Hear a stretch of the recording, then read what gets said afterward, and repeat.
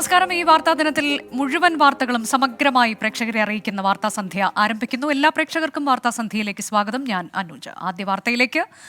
ആന എഴുന്നള്ളിപ്പ് വിഷയത്തിൽ നിലപാട് കടുപ്പിച്ച് ഹൈക്കോടതി. ആനകളുടെ എണ്ണം പരിമിതപ്പെടുത്തണമെന്നും ദൂരപരിധി എന്ന മാനദണ്ഡത്തിൽ ഇളവ് വേണമെന്ന ആവശ്യം അംഗീകരിക്കാനാകില്ലെന്നും കോടതി വ്യക്തമാക്കി. ആനകളെ ഉപയോഗിക്കുന്നത് ആചാരത്തിന്റെ ഭാഗമല്ലെന്ന് കോടതി പറഞ്ഞു. ആന എഴുന്നള്ളിപ്പുമായി ബന്ധപ്പെട്ട തൃപ്പൂണിത്തറ പൂർണ്ണത്രയീശ ക്ഷേത്രത്തിന്റെ ഉപഹർജി പരിഗണിക്കവെയായിരുന്നു ഹൈക്കോടതിയുടെ ചോദ്യങ്ങൾ. ക്ഷേത്രോത്സവത്തിന് 15 ആനകളെ തന്നെ എഴുന്നള്ളിക്കണമെന്ന നിർബന്ധം ഏതാചാരത്തിന്റെ പേരിലെന്ന് ഹൈക്കോടതി ദേവസ്വത്തോട് ചോദിച്ചു. 3 മീറ്റർ അകലം ആനകൾ തമ്മിൽ വേണമെന്നാണ് വ്യവസ്ഥ. ഇത് മാറ്റേണ്ട പ്രത്യേക സാഹചര്യം എന്തെന്നും കോടതി ചോദിച്ചു. ദൂരപരിധി പാലിച്ചാൽ 9 ആനകളെ മാത്രമേ എഴുന്നള്ളിക്കാനാകൂ എന്ന് ക്ഷേത്രഭാരവാഹികൾ കോടതിയെ അറിയിച്ചു. എങ്കിൽ 9 ആനകളുടെ എഴുന്നള്ളത്തുമായി മുന്നോട്ട് പോയിക്കൂടെ എന്നായി കോടതി. അതേസമയം കോടതി ഉത്തരവ് മാനിച്ച് ഉത്സവം നടത്തുമെന്നും ആനകളുടെ എണ്ണത്തിന്റെ കാര്യത്തിൽ പിന്നീട് തീരുമാനമെടുക്കുമെന്നും പൂർണ്ണത്രയീശ ക്ഷേത്ര ദേവസ്വം ഓഫീസർ രഘുരാമൻ പ്രതികരിച്ചു. കോടതി വിധി കൃത്യമായിട്ട് മനസ്സിലാക്കിയിട്ട് ഒരു തീരുമാനത്തിലെത്തും. ഉത്സവത്തിന്റെ മാറ്റു കുറയാതെ തന്നെ കോടതി അംഗീകരിച്ചുകൊണ്ട് ഉത്സവം നടത്തും. നിശ്ചിത അകലപരിധി ഗേറ്റ് ലൈൻ പുറപ്പെടുവിച്ചത് ആളുകളുടെ സുരക്ഷ കൂടി പരിഗണിച്ചാണെന്ന് കോടതി നിലപാടെടുത്തിട്ടുണ്ട്.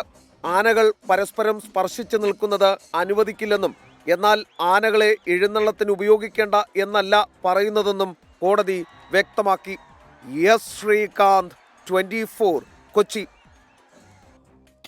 ആന എഴുന്നള്ളിപ്പിലെ പ്രതിസന്ധി പരിഹരിക്കാൻ മുഖ്യമന്ത്രിയുടെ നേതൃത്വത്തിൽ ഉന്നതതല യോഗം ചേരുമെന്ന് മന്ത്രി കെ രാജൻ. നിയമനിർമ്മാണമോ പരിപാലന ചട്ടത്തിൽ ഭേദഗതിയോ കൊണ്ടുവരാനാണ് സർക്കാർ ആലോചന. പൂരം നടത്തിപ്പിന് ഉന്നതതല സമിതി വേണമെന്ന് കൊച്ചിൻ ദേവസ്വം ബോർഡ് ആവശ്യപ്പെട്ടു.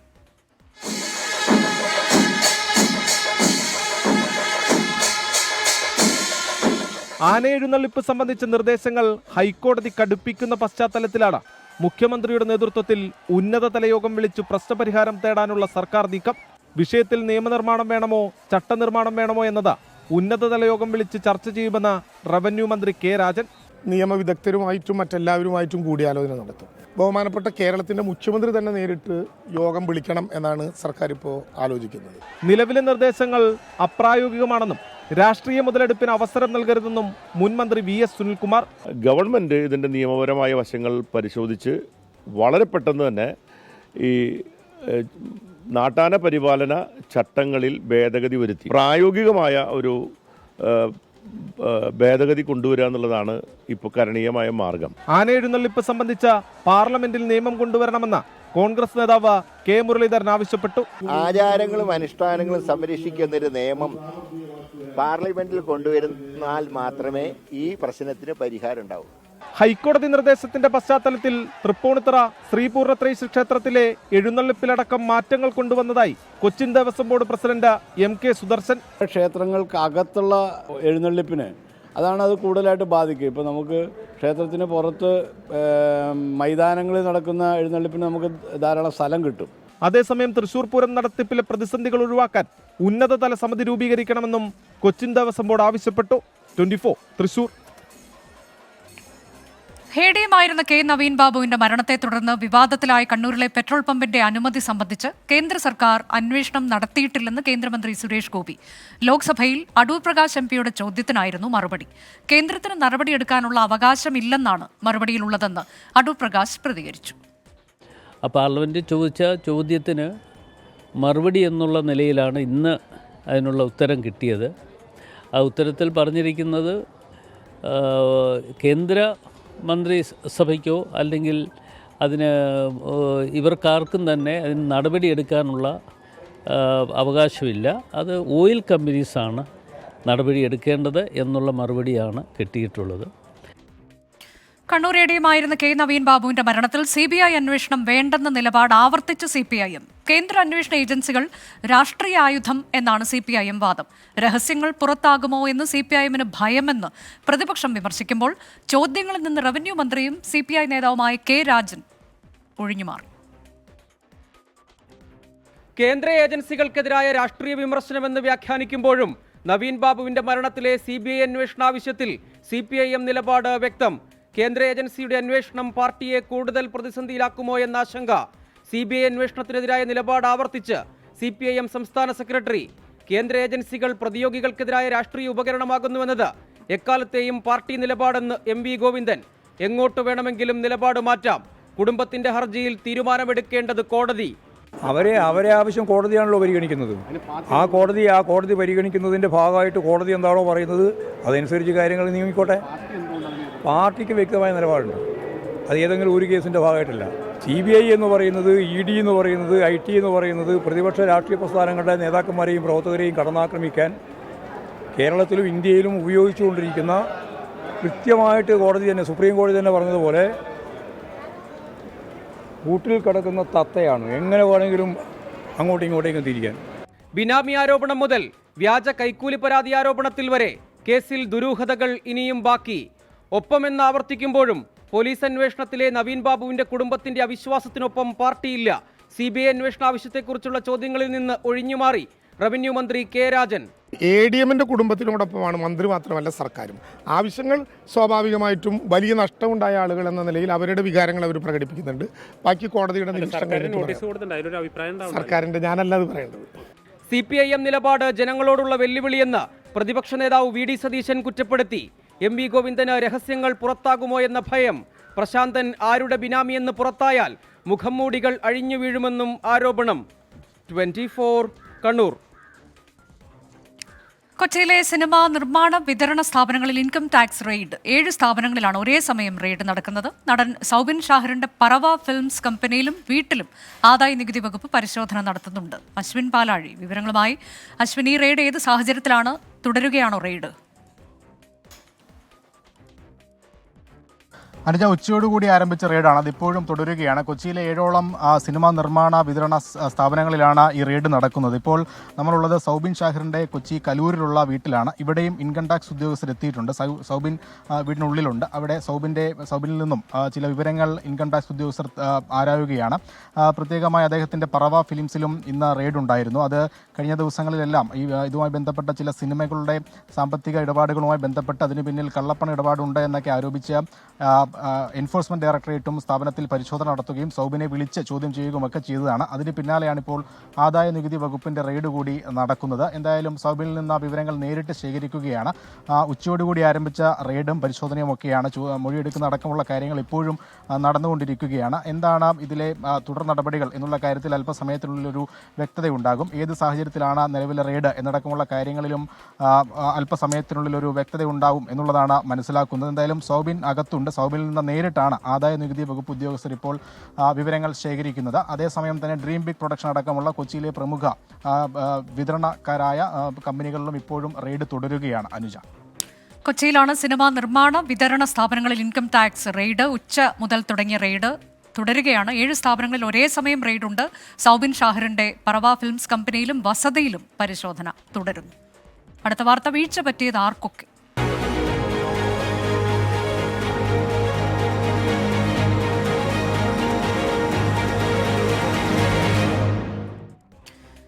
ആലപ്പുഴയിൽ ഗർഭസ്ഥ ശിശുവിന് ഗുരുതര വൈകല്യം കണ്ടെത്തിയില്ലെന്ന പരാതിയിൽ 4 ഡോക്ടേഴ്സിനെതിരെ കേസ്. ഗർഭകാലത്ത് നടത്തിയ സ്കാനിങ്ങുകളിൽ കുട്ടിയുടെ വൈകല്യം തിരിച്ചറിയാൻ കഴിഞ്ഞില്ലെന്ന പരാതിയിലാണ് നടപടി.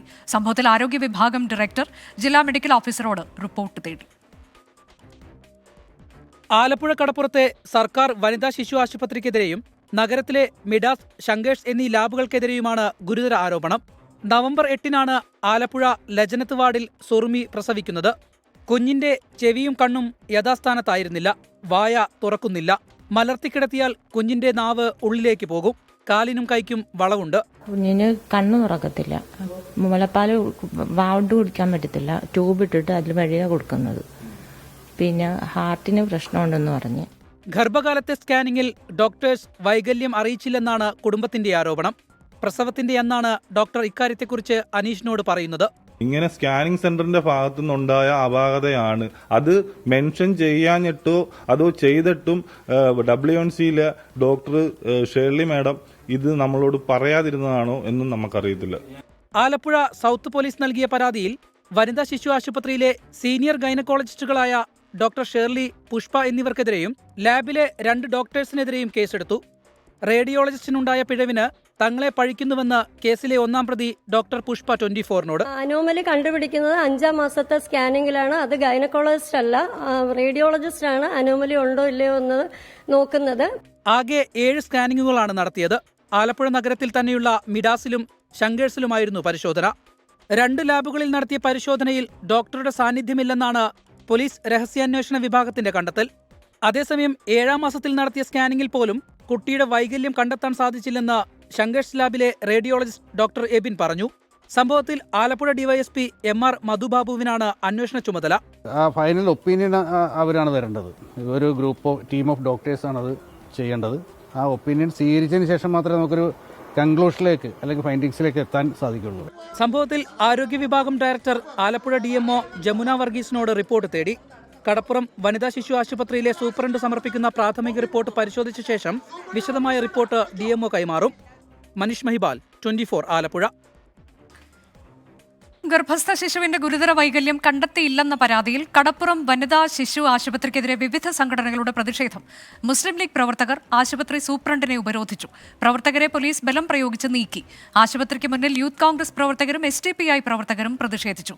സംഭവം ഞെട്ടിപ്പിക്കുന്നതാണെന്നും തുടർ ചികിത്സ സർക്കാർ ഏറ്റെടുക്കണമെന്നും KC വേണുഗോപാൽ ആവശ്യപ്പെട്ടു. കോഴിക്കോട് മെഡിക്കൽ കോളേജിൽ വീണ്ടും ചികിത്സാ പിഴവെന്ന് പരാതി. കോഴിക്കോട് മെഡിക്കൽ കോളേജ് ആശുപത്രിയിലെ ഗൈനക്കോളജി ഡോക്ടർക്കെതിരെയാണ് യുവതിയുടെ ആരോപണം. ചികിത്സാ പിഴവിനെ തുടർന്ന് ശാരീരിക ബുദ്ധിമുട്ടുകൾ അനുഭവിക്കുന്നതായാണ് പേരാമ്പ്ര മുയിപ്പോത്ത് താഴെ സ്വദേശിയായ അനുശ്രീയുടെ പരാതി. മെഡിക്കൽ കോളേജിലെ ഗൈനക്കോളജി വിഭാഗം ഡോക്ടർ സൂരജിനെതിരെയാണ് അനുശ്രീയുടെ ആരോപണം. 9-ാം മാസത്തിലെ സ്കാനിങ്ങിലാണ് ഗർഭസ്ഥ ശിശുവിന് ചില പ്രശ്നങ്ങളുണ്ടെന്ന് കണ്ടെത്തിയത്. എന്നാൽ ഇക്കാര്യം ഡോക്ടർ ഗൗരവത്തിലെടുത്തില്ലെന്നാണ് പരാതി. പ്രസവവേദനയെ തുടർന്ന് കരഞ്ഞപ്പോൾ ഡോക്ടറും ജീവനക്കാരും മോശമായി പെരുമാറിയെന്നും അനുശ്രീയുടെ കുടുംബം ആരോപിക്കുന്നു. കുട്ടിക്ക് ജനിക്കുമ്പോൾ ഓക്സിജൻ കിട്ടാത്തതാണ് ഈ ഒരു പ്രശ്നം എന്നാണ് ഡോക്ടർ പറഞ്ഞത്. ആ ഒരു സമയത്ത് കുട്ടിയുടെ കഴുത്തിൽ 2 കയലയിൽ കുരുങ്ങിയിട്ടുണ്ടായിരുന്നു എന്ന് പറഞ്ഞിട്ടുണ്ടായിരുന്നു. നമ്മൾ ഇത് മെയിനായിട്ട് ഇത് ചികിത്സാ പിഴവാണെന്ന് പറയാൻ കാരണം ഇവർക്ക് ഓൾറെഡി 9-ാം മാസത്തെ സ്കാനിങ്ങിൽ എന്ത് ചെയ്തിട്ടുണ്ടായിരുന്നു, കയലയിൽ കുരുങ്ങിയതായിട്ട് കണ്ടിട്ടുണ്ടായിരുന്നു. പ്രസവശേഷം അനുശ്രീക്കും കുഞ്ഞിനും ആരോഗ്യ പ്രശ്നങ്ങളുണ്ടായി. പ്രസവിച്ച് 10 മാസങ്ങൾക്കിപ്പുറവും കുഞ്ഞിന് കമിഴ്ന്നു കിടക്കാൻ പോലും കഴിയുന്നില്ല. 1 വർഷത്തിനിടെ 5 ശസ്ത്രക്രിയകൾക്കാണ് താൻ വിധേയമായതെന്നും അനുശ്രീ. കഴിഞ്ഞ വർഷം പ്രഗ്നൻ്റ് ആയത് മുതൽ തന്നെ സൂരജ് ഡോക്ടറെ വീട്ടിലാണ് കാണിച്ചത്. അപ്പം എനിക്ക് യാതൊരുവിധ ശാരീരിക പ്രശ്നങ്ങളൊന്നും ഉണ്ടായിരുന്നില്ല. പ്രസവ സമയത്ത് കുഞ്ഞിൻ്റെ കഴുത്തിൽ തല ചൊറിഞ്ഞിട്ടുണ്ടായിരുന്നു. പിന്നെ കുഞ്ഞ് നീല നിറത്തിലൊക്കെയും ഇതൊക്കെ പിന്നീടാണ് അറിഞ്ഞിട്ടോ, അന്നേരം ഒന്നും അറിയൂല. പിന്നെ എനിക്കറിയില്ല എൻ്റെ കുഞ്ഞിന് ഇങ്ങനെ പ്രശ്നം. ഞാൻ കുഞ്ഞിനെ എടുത്തോന്ന് ചോദിച്ചാൽ ഞാൻ 2 ആഴ്ച കഴിഞ്ഞിട്ട് എൻ്റെ കുഞ്ഞിനെ കണ്ട്. ആരോടും പറയാൻ പറ്റൂല. ആ പാടിലുള്ള എല്ലാവരും കണ്ടിട്ടോ ഞാനും ഭവിച്ച കഷ്ടപ്പാടൊക്കെ. ഡോക്ടർക്കെതിരെ നടപടി സ്വീകരിക്കണമെന്നാവശ്യപ്പെട്ട് സിറ്റി പോലീസ് കമ്മീഷണർക്കും മെഡിക്കൽ കോളേജ് സൂപ്രണ്ടിനും അനുശ്രീ പരാതി നൽകി. നടപടി സ്വീകരിച്ചില്ലെങ്കിൽ പ്രക്ഷോഭത്തിലേക്ക് നീങ്ങുമെന്ന് ആക്ഷൻ കമ്മിറ്റി ഭാരവാഹികൾ അറിയിച്ചു. 24 കോഴിക്കോട്. വാർത്താസന്ധ്യയിലേക്ക് വീണ്ടും പ്രേക്ഷകർക്ക് സ്വാഗതം. രാജ്യ തലസ്ഥാനത്ത് വീണ്ടും സ്ഫോടനം.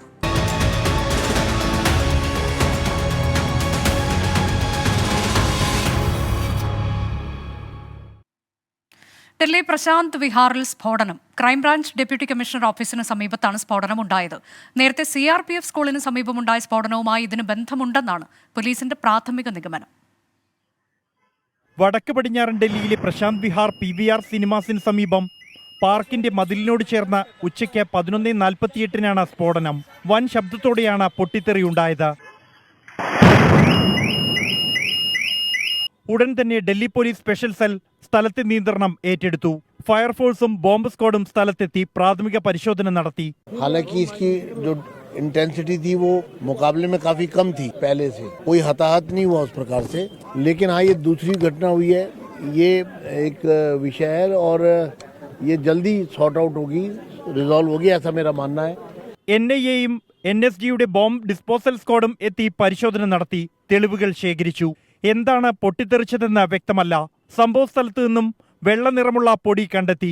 കഴിഞ്ഞ മാസം 20-ന് സ്ഫോടനമുണ്ടായ CRPF സ്കൂളിൽ നിന്നും 500 മീറ്റർ മാത്രം അകലെയാണ് ഇന്നത്തെ സ്ഫോടനം. അവിടെ നിന്നും വെള്ളപ്പൊടി കണ്ടെത്തിയിരുന്നു. 2 സ്ഫോടനങ്ങളും തമ്മിൽ ബന്ധമുണ്ടെന്നാണ് പോലീസിന്റെ പ്രാഥമിക നിഗമനം. സ്ഫോടനത്തിൽ ആളപായമില്ല. തുടർച്ചയായ സ്ഫോടനങ്ങളുടെ പശ്ചാത്തലത്തിൽ ഡൽഹി പോലീസിനും മറ്റ് ഏജൻസികൾക്കും അതീവ ജാഗ്രതാ നിർദ്ദേശം നൽകിയിട്ടുണ്ട്. രാജ്യതലസ്ഥാനത്ത് ആഴ്ചകളുടെ വ്യത്യാസത്തിൽ തുടർച്ചയായി ഉണ്ടായ സ്ഫോടനങ്ങൾ ജനങ്ങൾക്കും ഏജൻസികൾക്കും ആശങ്ക ഉയർത്തുന്നുണ്ട്. തെരഞ്ഞെടുപ്പിന് മാസങ്ങൾ മാത്രം ബാക്കി നിൽക്കെ ക്രമസമാധാനം ഒരു പ്രധാന പ്രചരണായുധമാകുമെന്ന് ഉറപ്പായി കഴിഞ്ഞു. പ്രശാന്ത് ബിഹാറിൽ നിന്നും മോഹൻകുമാറിനൊപ്പം ബൽറാം നെടുങ്ങാടി, 24. മുനമ്പം ഭൂമി പ്രശ്നത്തിൽ പരിഹാരത്തിന് ജുഡീഷ്യൽ കമ്മീഷനെ നിയമിച്ച് സർക്കാർ വിജ്ഞാപനമിറക്കി. Justice CN Ramachandran Nair commission 3 മാസത്തിനുള്ളിൽ സർക്കാരിന് റിപ്പോർട്ട് സമർപ്പിക്കണം. ഭൂമിയുടെ നിലവിലെ സ്വഭാവം, സ്ഥിതി, വ്യാപ്തി എന്നിവയാണ് കമ്മീഷൻ പരിശോധിക്കുക. ഭൂമിയുടെ ഉടമസ്ഥതയെക്കുറിച്ച് ശാശ്വത പരിഹാരം കണ്ടെത്തി സർക്കാർ സ്വീകരിക്കേണ്ട നടപടികൾ ശുപാർശ ചെയ്യാനാണ് ജുഡീഷ്യൽ കമ്മീഷനെന്ന് വിജ്ഞാപനത്തിലുണ്ട്. ഒരാഴ്ചയ്ക്കുള്ളിൽ കമ്മീഷന്റെ പ്രവർത്തനം ആരംഭിക്കുമെന്ന് മന്ത്രി P. രാജീവ് പറഞ്ഞു. സർക്കാർ നടപടികളെ പോസിറ്റീവായി കാണുന്നുവെന്ന് മുനമ്പം ഭൂസംരക്ഷണ സമിതി പ്രതികരിച്ചു. നമ്മൾ പോസിറ്റീവായിട്ടാണ് കാണുന്നത്. ഞങ്ങളുടെ സമരത്തിന്റെ വിജയത്തിന്റെ ആദ്യത്തെ സ്റ്റെപ്പായിട്ട് ഞങ്ങളിത് കാണുകയാണ്. കാരണം ഇനി നമുക്ക് എങ്ങനെ മുന്നോട്ട് പോകാമെന്നുള്ളത് നമുക്ക് തീരുമാനിക്കാനായിട്ട് സാധിക്കും. പിന്നെ ഇത് ഗവൺമെന്റ് സൈഡിൽ നിന്നാണെങ്കിലും ഒരു പോസിറ്റീവ് അപ്രോച്ചാണ്. അതോടുകൂടി നമുക്ക് ഈ പ്രശ്നത്തിന് ശാശ്വതമായ പരിഹാരം കണ്ടെത്താനായിട്ട് സാധിക്കുമെന്ന് ഞാൻ വിശ്വസിക്കുകയാണ്. സാങ്കേതിക സർവകലാശാലയിലെ വൈസ് ചാൻസലർ നിയമനത്തിൽ സർക്കാരിന് തിരിച്ചടി. Doctor K. ശിവപ്രസാദിന്റെ നിയമനം ചോദ്യം ചെയ്ത് സർക്കാർ നൽകിയ ഹർജിയിൽ അടിയന്തര സ്റ്റേ നൽകാൻ ഹൈക്കോടതി തയ്യാറായില്ല. വൈസ് ചാൻസലർ ഇല്ലാത്ത സാഹചര്യം അനുവദിക്കാനാകില്ലെന്ന് കോടതി വ്യക്തമാക്കി. കേസിന്റെ മെറിറ്റിലേക്ക് കോടതി കടന്നിട്ടുണ്ടാകില്ലെന്നായിരുന്നു നിയമമന്ത്രി P. രാജീവിന്റെ പ്രതികരണം. ചാൻസലറായ ഗവർണർ ജനാധിപത്യ സംവിധാനത്തെ വെല്ലുവിളിക്കുന്നുവെന്ന് മന്ത്രി കുറ്റപ്പെടുത്തി. സാധാരണ എല്ലാ കേസിലും നമ്മൾ കൊടുക്കുമ്പോൾ ജോയിൻ ചെയ്ത് കഴിഞ്ഞാൽ സ്റ്റാറ്റസ് കഴിഞ്ഞിട്ടല്ലേ പരിശോധിക്കുക. കാരണം മെറിറ്റിലേക്ക് ആദ്യം തന്നെ ഫയൽ സ്വീകരിക്കുമ്പോൾ തന്നെ വരില്ലല്ലോ. അപ്പോൾ ആള് ജോയിൻ ചെയ്തിട്ടില്ലെങ്കിൽ അപ്പോഴത്തെ സ്റ്റാറ്റസ് കയറിക്കും, ജോയിൻ ചെയ്തിട്ടുണ്ടെങ്കിൽ ആ സ്റ്റാറ്റസ്. അതാണ് സാധാരണ എല്ലാ കോടതിയിലും വരാറ്. അല്ലാണ്ട് മെറിറ്റിലേക്ക് കടന്നിട്ടുള്ളതായിരിക്കില്ല. കോടതി തന്നെ പരിശോധിക്കട്ടെ. പൂർണ്ണമായും ഒരു ജനാധിപത്യ സംവിധാനത്തെ വെല്ലുവിളിക്കാനായി ചാൻസലർ ശ്രമിക്കുന്നത് അങ്ങേയറ്റം തെറ്റാണ്. അതിന് നിയമപരമായി നോക്കുന്നുണ്ട്. മറ്റ് രീതിയിലും നമ്മുടെ നാട്ടിൽ ഇത്തരം സംവിധാനങ്ങൾ നിയമവിരുദ്ധമായി നിയമവിധേയമായി പ്രവർത്തിക്കേണ്ട ആളുകൾ നിലപാട് സ്വീകരിക്കുന്നത് അങ്ങേയറ്റം തെറ്റാണ്. തിരികെ വാർത്താസന്ധിയിലേക്ക്. ഇനി വയനാടിന്റെ പ്രിയങ്ക.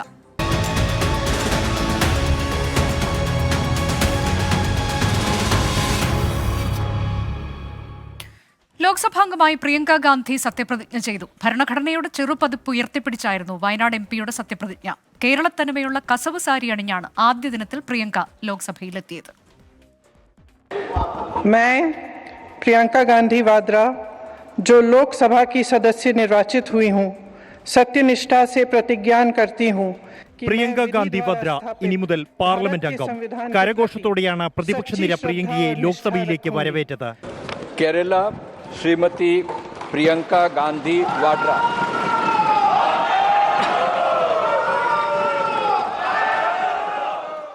കേരളത്തനിമയുള്ള കസവ് സാരിയുടുത്താണ് പ്രിയങ്ക ഗാന്ധി ആദ്യ ദിനം പാർലമെന്റിലെത്തിയത്. മാതാവ് സോണിയാഗാന്ധിക്കും സഹോദരൻ രാഹുൽ ഗാന്ധിക്കുമൊപ്പം ആദ്യം പഴയ പാർലമെന്റ് മന്ദിരത്തിലേക്കാണ് പ്രിയങ്ക എത്തിയത്. സ്വീകരിക്കാൻ കോൺഗ്രസ് അംഗങ്ങൾ ഉൾപ്പെടെയുള്ള നേതാക്കൾ.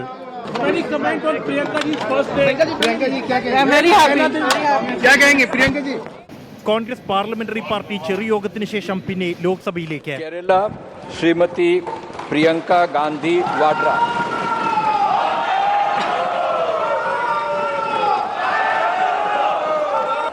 ഹൈബീഡൻ സമ്മാനിച്ച ഭരണഘടനയുടെ ചെറുപതിപ്പ് കയ്യിലേന്തിയായിരുന്നു സത്യപ്രതിജ്ഞ. സത്യപ്രതിജ്ഞയ്ക്ക് ശേഷം പ്രതിപക്ഷ ബെഞ്ചിലെ 4ാം നിരയിലാണ് പ്രിയങ്ക ഇരുന്നത്. അപ്പോഴേക്കും പ്രതിപക്ഷ പ്രതിഷേധത്തിൽ ലോക്സഭ മുങ്ങി. അതിലും പ്രിയങ്ക പങ്കാളിയായി. സത്യപ്രതിജ്ഞയ്ക്ക് മുന്നോടിയായി പ്രിയങ്ക ഗാന്ധിയുടെയും സോണിയാഗാന്ധിയുടെയും വസതിക്ക് മുന്നിലും കോൺഗ്രസ് പ്രവർത്തകർ ആഘോഷ പ്രകടനം നടത്തി.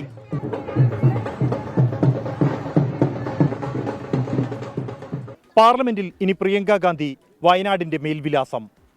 BJPക്കും മോദി സർക്കാരിനുമെതിരെ രൂക്ഷ വിമർശനങ്ങൾ ഉന്നയിക്കുന്ന പ്രിയങ്ക ഗാന്ധി കൂടി എത്തുന്നതോടെ ലോക്സഭയിൽ കരുത്തേറുമെന്നാണ് പ്രതിപക്ഷത്തിന്റെ ആത്മവിശ്വാസം. ബൽറാം നെടുങ്ങാടി, 24, ഡൽഹി. ജാർഖണ്ഡ് മുഖ്യമന്ത്രിയായി JMM നേതാവ് ഹേമന്ത് സോറൻ സത്യപ്രതിജ്ഞ ചെയ്തു. റാഞ്ചിയിലെ ചടങ്ങിൽ ഗവർണർ സന്തോഷ് കുമാർ ഗാംഗ്വാർ സത്യവാചകം ചൊല്ലിക്കൊടുത്തു. ഇന്ത്യ മുന്നണി നേതാക്കളായ AICC അധ്യക്ഷൻ മല്ലികാർജ്ജുൻ ഖർഗെ, രാഹുൽ ഗാന്ധി, മമതാ ബാനർജി, ഉദയനിധി സ്റ്റാലിൻ, അഖിലേഷ് യാദവ്, തേജസ്വി യാദവ്, അരവിന്ദ് കെജ്രിവാൾ ഉൾപ്പെടെയുള്ള നേതാക്കൾ റാഞ്ചിയിലെത്തി. ചടങ്ങിലേക്ക് പ്രധാനമന്ത്രി നരേന്ദ്രമോദിയെയും കേന്ദ്ര ആഭ്യന്തരമന്ത്രി അമിത്ഷായെയും ഹേമന്ത് സോറൻ ക്ഷണിച്ചിരുന്നെങ്കിലും ഇരുവരും അസൗകര്യം അറിയിച്ചു.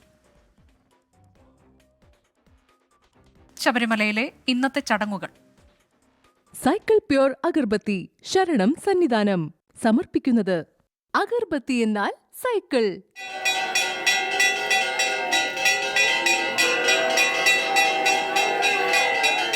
BLM housing cooperative society limited ശബരിമലയിൽ ഇന്ന് സമർപ്പിക്കുന്നത് Bharat Lajna multi state housing cooperative society limited.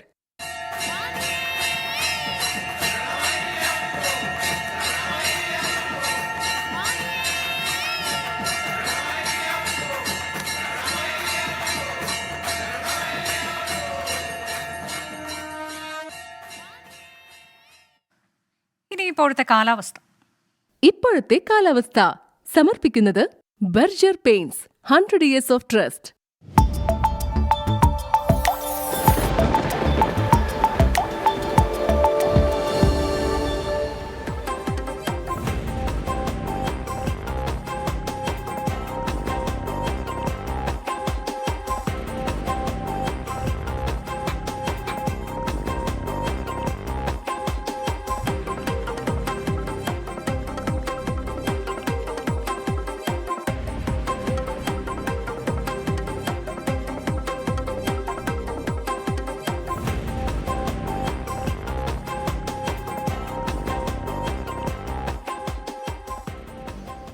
വാർത്താസന്ധ്യ അവസാനിക്കുന്നു.